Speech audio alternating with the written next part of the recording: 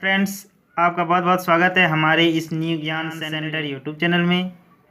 यह वीडियो आकांक्षा 40 स्टूडेंट के लिए बहुत ही ज़्यादा इम्पोर्टेंट रहने वाली है, क्योंकि इस वीडियो में मैं आपको केमिस्ट्री यानी कि रसायन विज्ञान का बहुत ही इम्पोर्टेंट क्वेश्चन बताऊंगा, जो आपके एग्ज़ाम में डायरेक्ट पूछा जाएगा। तो देखिए किस टाइप का क्वेश्चन बताऊँगा। अब अपनी आंसर क्वेश्चन जो एग्ज़ाम दे के आए हैं उसका क्वेश्चन निकाल लीजिए। आप देख लीजिए उसमें कितने 67 नंबर निकाल लीजिए, और 68, 69 ये सब क्वेश्चन में आज आपको बता दूंगा कि इसका आंसर सही आंसर क्या है। और इस तरह के और भी क्वेश्चन को बताऊंगा जो बहुत ही इंपॉर्टेंट क्वेश्चन है। बहुत सारे सूत्र बताऊंगा जो बहुत ही इंपॉर्टेंट रहेंगे। तो हमारे इस वीडियो को पूरा कंप्लीट अंत तक जरूर देखें। अगर हमारे इस चैनल में नए हैं तो हमारे इस न्यू ज्ञान सेंटर चैनल को सब्सक्राइब कर दें और बेल आइकन को प्रेस जरूर कर दें, ताकि नोटिफिकेशन सबसे पहले आप तक पहुंच सके। इस वीडियो को अपने दोस्तों के साथ ज़्यादा से ज़्यादा शेयर अवश्य करें। तो चलिए वीडियो को शुरू करते हैं। देखिए, ब्लीचिंग पाउडर का रासायनिक सूत्र क्या है। तो सबसे पहले आप निकाल लीजिए 67 निकाल लीजिए आप अपना क्वेश्चन नंबर। उसमें ब्लीचिंग पाउडर का रासायनिक सूत्र आप जानते ही होंगे, सभी स्टूडेंट जानते ही होंगे। बहुत ही सिंपल और आसान क्वेश्चन है ये। इसका आंसर 3 हो जाएगा, CaOCl2, ठीक ना। तो याद कर लीजिए, नोट कर लीजिए। जिसने सही मारे हैं उसका उत्तर बिल्कुल सही हो जाएगा, 3 नंबर। अब आगे चलिए, देखिए, धातु को पतले तारों में खींचा जा सकता है। धातु का इस सामर्थ्य को क्या कहते हैं। तो इसे तन्यता कहते हैं, सभी जानते ही होंगे, ये भी आपने मैट्रिक में पढ़ा ही है। तो तन्यता बिल्कुल आंसर सही हो जाएगा। अब आगे देखिए, एक इथेन जिसका आणविक सूत्र C2H6 है में है, यानी कि बताइए इसमें कितना आबंध है। 6 सहसंयोजी आबंध है, 7 सहसंयोजी आबंध है, 8 सहसंयोजी आबंध है, या 9 सहसंयोजी आबंध है, बताइए। तो इसका 2 नंबर बिल्कुल आंसर सही हो जाएगा। इसका आबंध कितना होगा, 7 सहसंयोजी आबंध है, ठीक ना। निकाल लीजिएगा आप। इसको भी आपने 9, 10 में पढ़ा ही है, ठीक ना। 10 में तो खास करके इसे पढ़ा ही है, बहुत ही बढ़िया तरीके से पढ़ा होगा जो पढ़े होंगे तो, ठीक ना। तो कोई दिक्कत, उसको कोई प्रॉब्लम नहीं होगी। इस टाइप से आज मैं बहुत सारे इंपॉर्टेंट क्वेश्चन बताऊंगा। चलिए जल्दी जल्दी इसको ख़त्म कर लेते हैं। 2 क्वेश्चन और इससे का बता देता हूँ, उसके बाद मैं अपना क्वेश्चन जो बनाया हूँ फटाफट उसको मैं बता देता हूँ आपको लिए, ठीक ना। तो देखिए 70 नंबर निकाल लीजिए।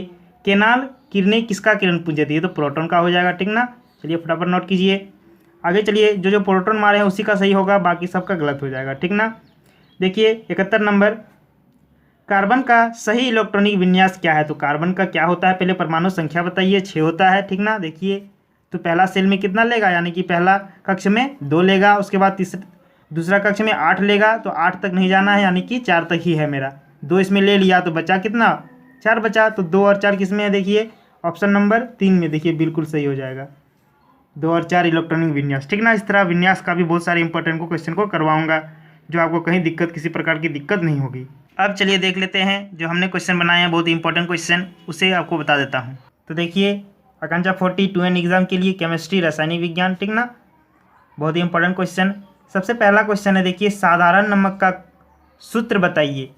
साधारण नमक का क्या सूत्र होता है उसे बताना है, बताइए। NaCl, B number Na2C, C number Cl, C2L2, बताइए क्या हो जाएगा। तो ये ए नंबर बिल्कुल आंसर सही हो जाएगा, सभी जानते ही होंगे। तो इस तरह के जितने भी साधारण जितने भी सारे सूत्र हैं, इंपॉर्टेंट सूत्र जितने भी आप मैट्रिक यानी कि 10th में पढ़े हैं, फटाफट सारे को सब रिवीजन कर डालिए। उस सब एग्ज़ाम में एक तो आ ही जाएंगे। जैसे आपका विरंचन चूर्ण का पूछा हुआ था क्वेश्चन, जो मैंने पहले ही बता दिया, और इसमें भी शायद मैंने लिख लिया हूँ, ठीक ना। तो एक तो क्वेश्चन मान लीजिए चलिए कि फिक्स है, आएगा ही। जैसे देखिए, CaOCl2 यौगिक का प्रचलित नाम क्या है, बताइए इसका प्रचलित नाम क्या है। तो विरंचन चूर्ण, ठीक ना। तो ये नंबर बिल्कुल आंसर सही हो जाएगा। देखिए, यही क्वेश्चन घुमा के पूछा हुआ था कि विरंचन पाउडर का क्या नाम है, यानी कि इसका सूत्र पूछा गया था। तो CaOCl2 हो जाता है। यहाँ पे पूछा गया है CaOCl2 यौगिक का प्रचलित नाम क्या है। इस टाइप से भी क्वेश्चन को पूछा जा सकता है, इसीलिए मैं इसी क्वेश्चन को बना दिया हूँ। इंपॉर्टेंट क्वेश्चन, VVI क्वेश्चन है, लिख लीजिए।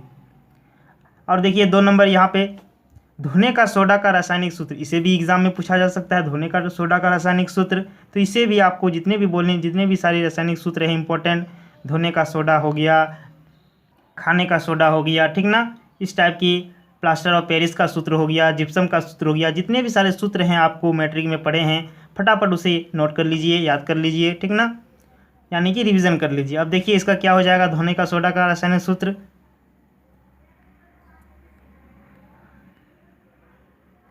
तो चलिए अब आगे देखिए, तो बताइए इसका आंसर क्या हो जाएगा, Na2CO3 into 2H2O, NaCO3 Na2CO3 into 10H2O। तो यही सी नंबर बिल्कुल आंसर सही हो जाएगा, ठीक ना, Na2CO3 इंटू 10H2O की क्या है, धोने का सोडा, ठीक ना, नोट कीजिएगा।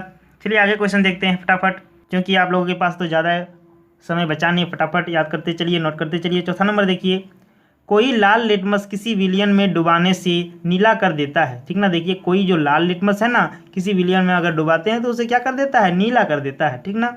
तो इसका पीएच संभवतः मान क्या होगा, बताइए इसका संभवतः पीएच मान कितना होगा, 5, 4, 7 या 10।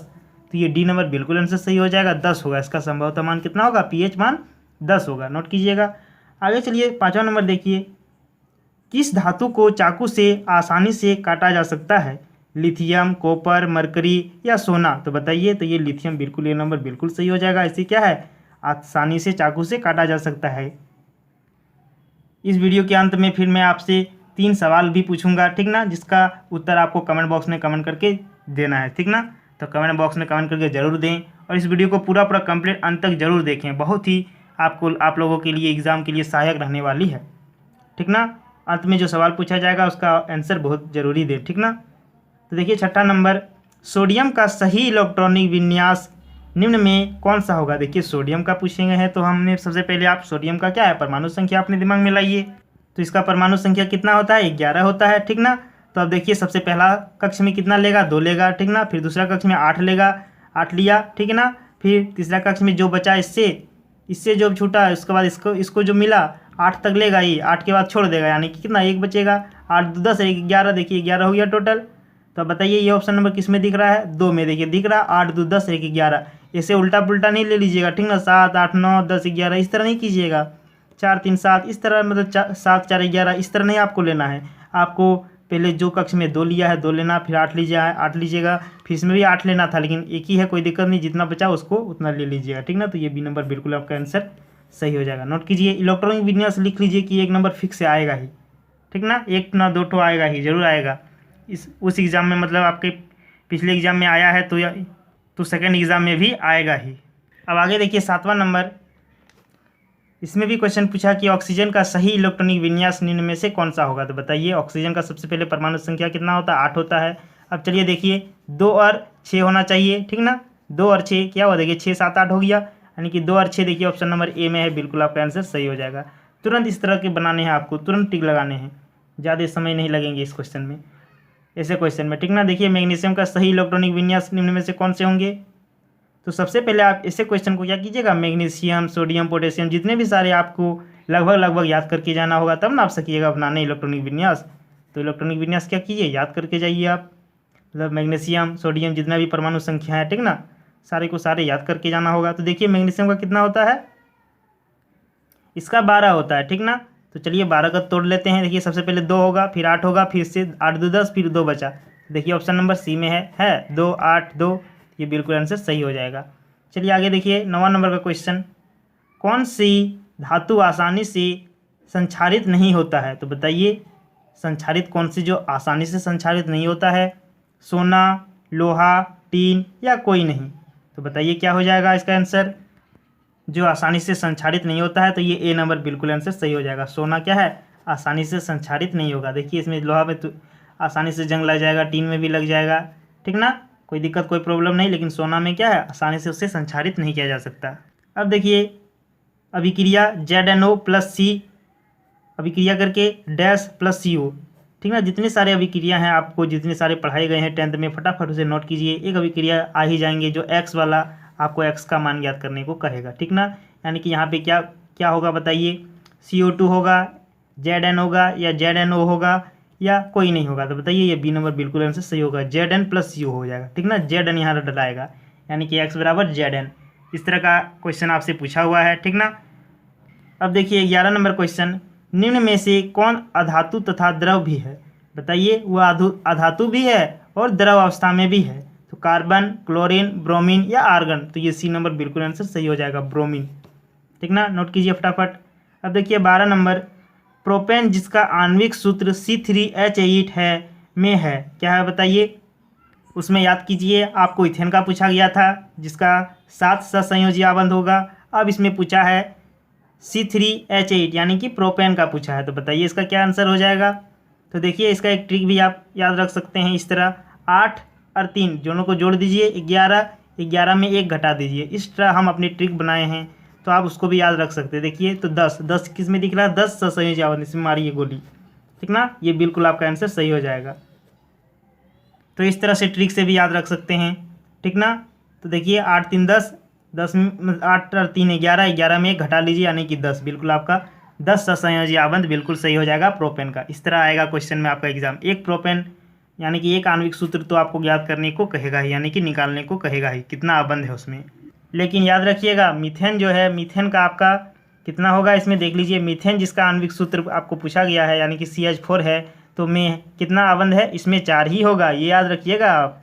इसमें कितना, इसमें 4 ही होगा। जैसे 4 बताए हैं हमने, ये घटा नहीं दीजिएगा इसमें, इसको आपको याद रखना होगा स्पेशल, ठीक ना। इसमें क्या होगा, 4 ही सहसंयोजी आबंध होगा, लेकिन दूसरे में इसका और भी है, जैसे बताएं अभी इथेन, प्रोपेन।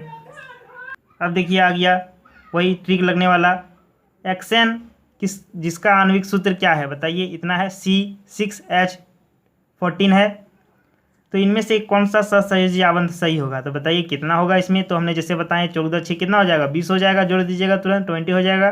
14 और 6 को जोड़िएगा 20 में 1 माइनस कर दीजिए यानी कितना 19। तो देखिए 19 कहाँ पे इसका आंसर, ये रहा C नंबर में दिख रहा है आपको। देखिए 19 सहसंयोजी आबंध बिल्कुल आंसर सही हो जाएगा। इस तरह से आपको बनाना है, बहुत ही सिंपल तरीके से आपका बन जाएगा, कोई दिक्कत कोई प्रॉब्लम किसी तरह के नहीं होने वाले। देखिए 15 नंबर, देखिए एल्केन का सूत्र क्या है, सूत्र भी आपसे पूछा जा सकता है, एल्केन, एल्काइन, ठीक ना, इस तरह से आपका सूत्र भी पूछा जा सकता है। तो चलिए बताइए एल्केन का सूत्र क्या होगा, CnH2n+2, CN2HN+2, CnH2n, और डी नंबर देखिए H2n2+2, क्या हो जाएगा बताइए, ये ए नंबर बिल्कुल आंसर सही हो जाएगा आपका, CnH2n+2, ठीक ना। इसे याद रखिएगा, ये किसका सूत्र है, एल्किन का सूत्र है, एल्केन का, ठीक ना। अब चलिए आपको 3 क्वेश्चन बताने हैं, जो हमने बीचों बीच वीडियो में बताया था कि आपको 3 क्वेश्चन बताने होंगे, यानी कि कमेंट बॉक्स में कमेंट करने होंगे। तो देखिए ये एल्किन का सूत्र बताना होगा, 16 नंबर आपको बताना होगा एल्किन का सूत्र क्या होगा। इसे आपने 10 में भी पढ़ा है, बहुत ही अच्छी तरह से बारीकी तरीके से पढ़े हैं, तो इसे आप कमेंट बॉक्स में ज़रूर कमेंट करें। बताइए क्या हो जाएगा, CnH2n+2, CnH2n, C3H6, CN2H2+2, ठीक ना। बताइएगा इसका सूत्र, अगर आपको नहीं आता है तो हम डिस्क्रिप्शन बॉक्स में डाल देंगे, इसका उत्तर आसानी से जाके देख सकते हैं वहाँ पे। अब देखिए 17 नंबर पे बताना होगा आपको, लोहे के फाइंग पैन को जंग से बचाने के लिए निम्न में से कौन सा विधि का प्रयोग करेंगे। बताइए, गिज लगाकर, पेंट लगाकर, जिंक के परत को चढ़ाकर, या ये सभी, क्या हो जाएगा इसे भी बताना है आपको। अब देखिए 18 नंबर, धातु को पीट कर चादर बनाया जा सकता है, उसे धातु को किस सामर्थ्य को कहते हैं। बताइए, जो धातु को पीट कर चादर के रूप में बनाते हैं उसको क्या कहते हैं, तो बताइएगा आघातवर्धिता कहते हैं, तन्यता कहते हैं, या परागम्यता कहते हैं, या प्रत्यास्था कहते हैं। तो इसे भी आपको 18 नंबर भी कमेंट बॉक्स में कमेंट करके बताना है, तो ज़रूर बताइएगा कि इसका भी आंसर क्या हो जाएगा। और ये बहुत ही इंपॉर्टेंट क्वेश्चन है, याद रखिएगा 18 नंबर, ये एग्ज़ाम में आपका पूछा जा सकता है, अक्सर इस तरह के प्रश्न पूछे जाते हैं। तो आज हमने बहुत ही इंपॉर्टेंट केमिस्ट्री के जितने सारे क्वेश्चन थे आज हमने आपको बता दिए। बहुत सारे के बच्चों के कमेंट्स थे कि फटाफट केमिस्ट्री की ज़्यादा से ज़्यादा वीडियो बनाइए, तो हमने देखिए फटाफट बना दिए ये वीडियो। तो फटाफट जल्दी लाइक कर लीजिए सभी कोई, और अगर हमारे इस न्यू ज्ञान सेंटर चैनल में नहीं है तो सभी कोई सब्सक्राइब जरूर कर लें, साथ साथ बेल आइकन को प्रेस कर लें। इस वीडियो को अपने दोस्तों के साथ ज़्यादा से ज़्यादा शेयर अवश्य करें। तो चलिए मिलते हैं नेक्स्ट वीडियो में। जय हिंद।